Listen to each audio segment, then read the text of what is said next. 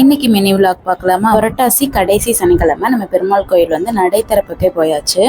எந்தெந்த கோயிலில் என்ன மாதிரி செய்வாங்கன்னு தெரியல. இங்கே வந்து பார்த்தீங்கன்னா கோமாதா வச்சு அவங்களுக்கு பூஜையெல்லாம் பண்ணிட்டு தான் வந்து நடை திறப்பாங்க. ஸோ பார்க்கவே ரொம்ப பாசிட்டிவிட்டியாகவும் இருக்கும், மைண்டும் ரிலாக்ஸாக இருக்கும்.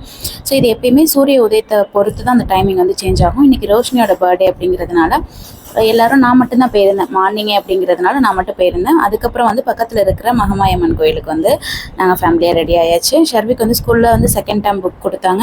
ஸோ அது கட்டையெல்லாம் போட்டாச்சு. இன்றைக்கி புரட்டாசி சனிக்கிழமை இல்லையா, முதல் சனிக்கிழமை எந்த அளவுக்கு எல்லாம் செய்கிறாங்களோ அதில் பாதியாச்சும் கடைசி சனிக்கிழமை செய்வாங்க. ஸோ அதை மாதிரி இந்த சாமிக்கு எப்பயுமே வந்து முருங்கைக்கீரை வந்து கண்டிப்பாக செய்வாங்க. ஸோ இதை பற்றி நான் ஃபுல் விலாகாகவே நம்ம சேனலில் நான் போட்டிருக்கேன். இன்கேஸ் உங்களுக்கு வந்து விலாக்லாம் பார்க்க பிடிக்கும் அப்படின்னா கண்டிப்பாக மறக்காமல் கீழே இருக்கிற லிங்கை செக் பண்ணி பாருங்கள். ஒரு 3 o'clock அப்புறம் செம்மையாக மழை வந்துடுச்சு. ஒரு ஈவினிங் 5 o'clock கிட்ட வந்து மிளகா பஜ்ஜிலாம் ரெடி பண்ணியாச்சு. மழை விட்டதுக்கப்புறம் ஷர்வியுமே டியூஷன் வந்து கிளம்பிட்டா.